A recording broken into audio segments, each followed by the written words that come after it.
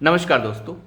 कट्टर ईमानदार मुख्यमंत्री अरविंद केजरीवाल को आज एजेंसी के सामने पेश होना था, जांच एजेंसियों के सामने पेश होना था। एनफोर्समेंट डायरेक्टोरेट ने उनको सम्मन जारी किया था, लेकिन अरविंद केजरीवाल ने उस सम्मन को दरकिनार करते हुए कह दिया कि मैं नहीं आऊंगा।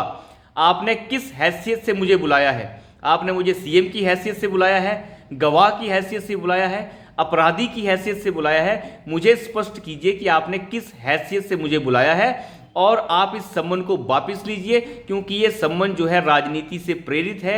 भारतीय जनता पार्टी ने आपको मुझे गिरफ्तार करने के लिए कहा है, इसलिए आप मुझे गिरफ्तार करने वाले हैं, और आप इस सम्मन को कैंसिल कीजिए, मैं नहीं आऊंगा। यह कहा है मिस्टर अरविंद केजरीवाल ने। और भी बड़ा कुछ कहा कि मैं आपका कन्वीनर हूं, मैं अरविंद केजरीवाल एक चीफ मिनिस्टर हूं, मुझे बहुत सारे काम हैं, और आज मैं एक रैली को संबोधित करने जा रहा हूं। मध्य प्रदेश में एक चुनावी रैली हो रही है, तो मैं आपके सामने आज पेश नहीं हो सकता।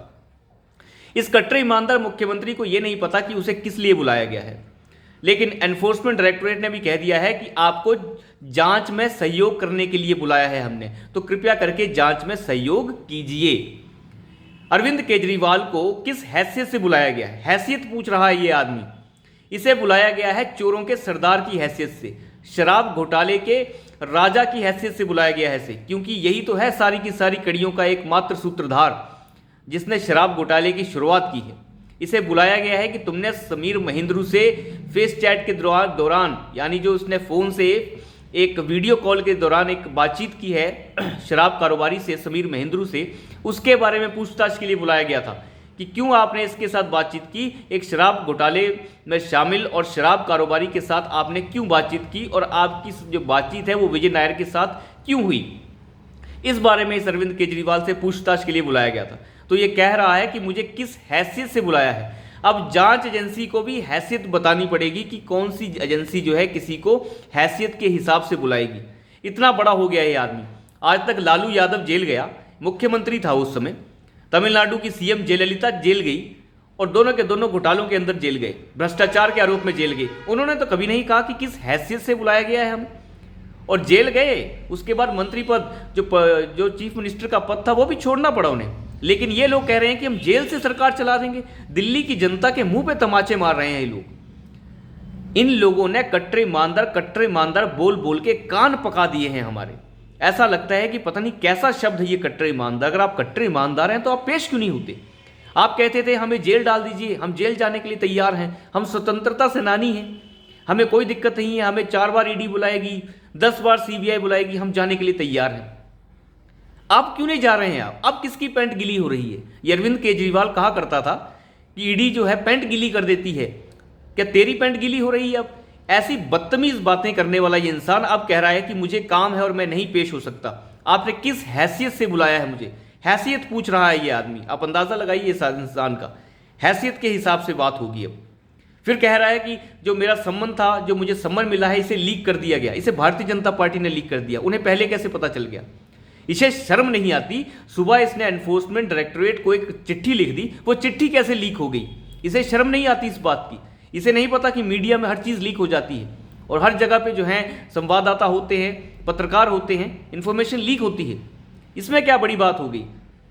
जब तुमने सुबह चिट्ठी लिख दी, वो चिट्ठी तो सारे के सारे प्लेटफॉर्म्स के ऊपर, फेसबुक से लेकर, इंस्टाग्राम से लेकर, ट्विटर से लेकर हर जगह पे तैर रही थी। वो कैसे लीक हो गई? तब इस आदमी को शर्म नहीं आती, क्योंकि बेशर्मी तो उनके नाक पर बैठी हुई है। इन्हें शर्म कहाँ से आएगी?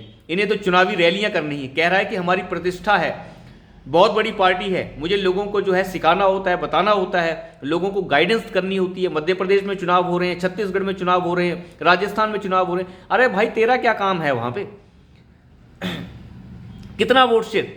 क्या करने का मतलब क्या है वहां पे? आपके इतने बिजी है, जांच एजेंसी आपको बुला रही है और आप जांच के लिए नहीं जा रहे हैं। क्या डर लग रहा है? मनीष सिसोदिया को बेल नहीं देता है सुप्रीम कोर्ट, तो ये सुप्रीम कोर्ट के ऊपर ही सवाल खड़े कर देते हैं कि सुप्रीम कोर्ट ने विपरीत आदेश दिया है। ये नहीं बोल रहे हैं कि हम उसका जो है आदर नहीं करते, हम आदर करते हैं, लेकिन सुप्रीम कोर्ट ने विपरीत आदेश दिया है। शर्म ही नहीं आती इन लोगों को? जो मन करता है वही बोलते हैं। सुप्रीम कोर्ट भी बिक गया है, लोअर कोर्ट भी बिक गया है, सरकार बिक गई है, अधिकारी बिक गए, ये नहीं बिके हैं, और ये कट्टर ईमानदार है। कान पक गए इस चीज को सुन सुन के। कट्टर ईमानदार, हद होती है किसी चीज की। उस समय ये कहा करता था कि लालू भ्रष्ट है, कलमाड़ी भ्रष्ट है, जयललिता भ्रष्ट है, शीला दीक्षित भ्रष्ट है, सोनिया गांधी भ्रष्ट है, उठाओ इन सबको और इनकी जांच करो, एनफोर्समेंट डायरेक्टोरेट और सीबीआई के सामने इनकी पूछताछ करो, 4 घंटे में बक देंगे सब कुछ, ऐसे बोलता था उस समय ये। अब जो खुद की बारी आई तो ये आदमी जो है भाग रहा है, बेशर्म कहीं का, एक नंबर का बेशर्म आदमी है ये, और भागने में बिल्कुल उतारू हो रहा है। और उस समय कहता था कि इनको गिरफ्तार कर लो, वाड्रा को गिरफ्तार कर लो, राहुल गांधी को गिरफ्तार कर लो, सब चोर हैं ये। अब ये चोर नहीं है, जब इसकी बारी आई तो ये चुपचाप भाग रहा है और कह रहा है किस हैसियत से बुलाया है, इतनी बड़ी हैसियत हो गई है इसकी। लेकिन पेश तो होना ही होगा, क्योंकि एनफोर्समेंट डायरेक्टोरेट 3 सम्मन जनरली जारी करता है, एक सम्मन पे आप नहीं आते हैं, दूसरा जारी होता है, उसके बाद तीसरा जारी होता है, तीसरे पे अगर आप नहीं आते हैं तो फिर नॉन अवेलेबल वारंट वो कोर्ट से जारी करवा लेता है। तो वो तो आपको जाना ही पड़ेगा कभी ना कभी। लेकिन मीडिया हाइप और मीडिया के अंदर खुद की जगह बनाने के लिए अरविंद केजरीवाल महान और स्वतंत्रता सेनानी की तरह जाना चाहते हैं। उन्हें पता है कि मेरे जाने के बाद पार्टी खत्म हो जाएगी और कोई संभालने वाला नहीं है। उन्हें पता है भगदड़ मच जाएगी बाद में, तो उस भगदड़ को बचाने के लिए अरविंद केजरीवाल टाइम गेन कर रहे हैं, ताकि वो आराम से सोचकर विचार करके किसी न किसी को पार्टी सौंप सके, क्योंकि सरकार तिहाड़ से नहीं चल सकती, ये साफ है। लेकिन ये केजरीवाल जेल जाने वाला है ये बिल्कुल तय है, क्योंकि एनफोर्समेंट डायरेक्टोरेट के पास जांच तो वो कर ही रहे हैं, लेकिन केजरीवाल के खिलाफ पुख्ता सबूत हैं और ट्रायल के दौरान वो बखूबी रखे जाएंगे, क्योंकि सारे सबूत पहले रख देने से सारे के सारे जो लोग होते हैं, ये अपराधी होते हैं, चौकन्ने हो जाते हैं, उसके लूप होल्स निकाल लेते हैं। तो एजेंसियां हमेशा ही सबूत धीरे धीरे दिखाती हैं। अब लालू यादव जेल गए, क्या मोदी ने जेल भेजा उन्हें? जयललिता जेल गई, क्या मोदी ने जेल भेजा उन्हें? सीएम रहते हुए जेल गए ये सभी, तो क्या केजरीवाल जेल नहीं जा सकता? गलत करेगा तो जेल तो जाना पड़ेगा। आप ईमानदारी साबित कीजिए अपनी। फिर कहते हैं कि पीएमएलए एक्ट जो है, prevention of money laundering act जो है, इसके तहत कुछ ऐसी धाराएं हैं जो सुप्रीम कोर्ट ने जिन्हें अवैध ठहराया था, फलाना ठहराया था।